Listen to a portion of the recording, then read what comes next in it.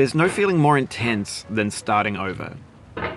If you deleted your homework the day before it was due, as I have, or if you left your wallet at home and you have to go back after spending an hour in the commute. If you won some money at the casino and then put all your winnings on red but it came up black. If you got your best shirt dry cleaned before a wedding and then immediately dropped food on it. If you won an argument with a friend and then later discovered that they just returned to their original view. Starting over is harder than starting up. If you're not ready for that, like if you've already had a bad day, then what you're about to go through might be too much. Feel free to go away and come back. I'll be here. Alright, thanks for coming with me on this trip. I'll understand if you have to take a break at any point. Just find a safe place to stop and quit the game. And don't worry, I'll save your progress, always, even your mistakes.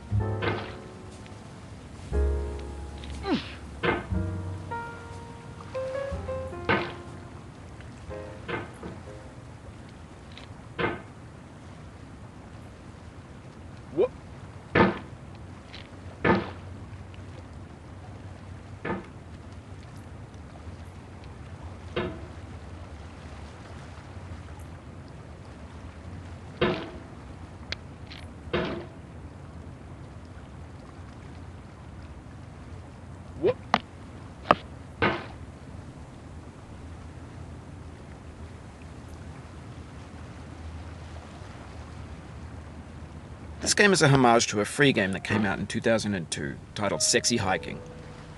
The author of that game was Jazuo, a mysterious Czech designer who was known at the time as the father of B games.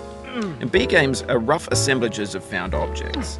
Designers slap them together very quickly and freely, and they're often too rough and unfriendly to gain much of a following. They're built more for the joy of building them than as polished products. In a certain way, Sexy Hiking is the perfect embodiment of a B game.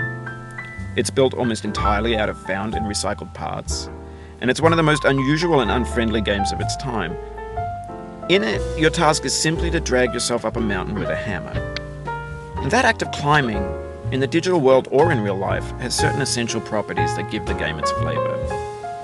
No amount of forward progress is guaranteed. Some cliffs are too sheer or too slippery. And the player is constantly, unremittingly in danger of falling and losing everything. Anyway, when you start Sexy Hiking, you're standing next to this dead tree that blocks the way to the entire rest of the game. It might take you an hour to get over that tree, and a lot of people never got past it. You prod and you poke at it, exploring the limits of your reach and your strength, trying to find a way up and over. And there's a sense of truth in that lack of compromise. Most obstacles in video game worlds are fake. You can be completely confident in your ability to get through them once you have the correct method or the correct equipment or just by spending enough time. In that sense, every pixelated obstacle in Sexy Hiking is real.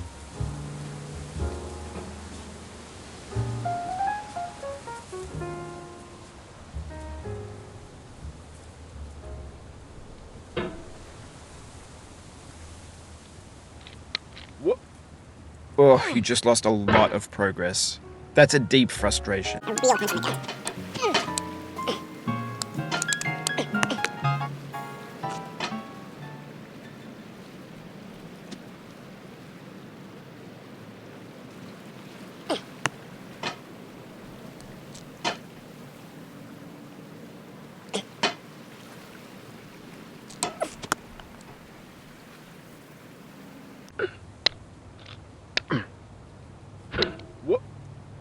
Oof, sorry about that.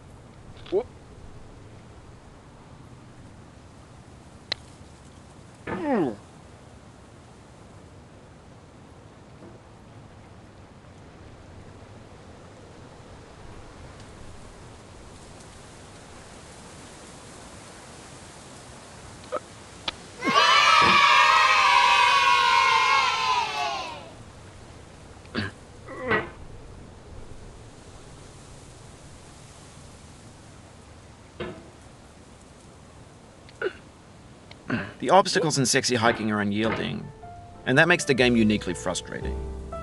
But I'm not sure Jazzuo intended to make a frustrating game. The frustration is just essential to the act of climbing, and it's authentic to the process of building a game about climbing. A funny thing happened to me as I was building this mountain.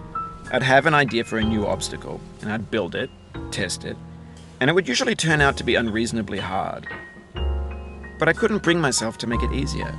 It already felt like my inability to get past the new obstacle was my fault as a player rather than as a builder. Imaginary mountains build themselves from our efforts to climb them, and it's our repeated attempts to reach the summit that turns those mountains into something real.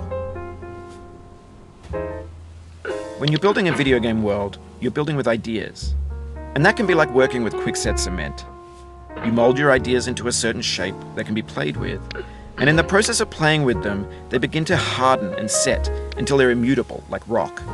And at that point, you can't change the world, not without breaking it into pieces and starting fresh with new ideas.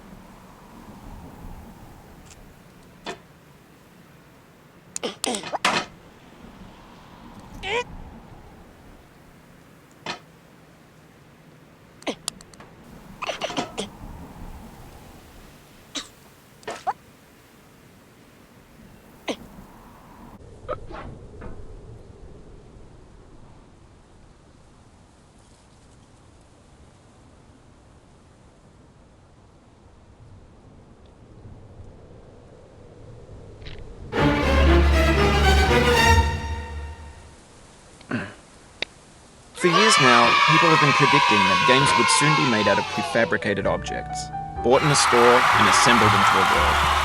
And for the most part, that hasn't happened, because the objects in the stores are trash.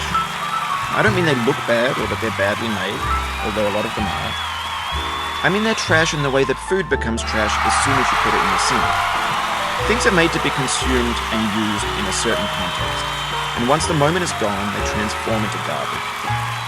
In the context of technology, those moments pass by in seconds.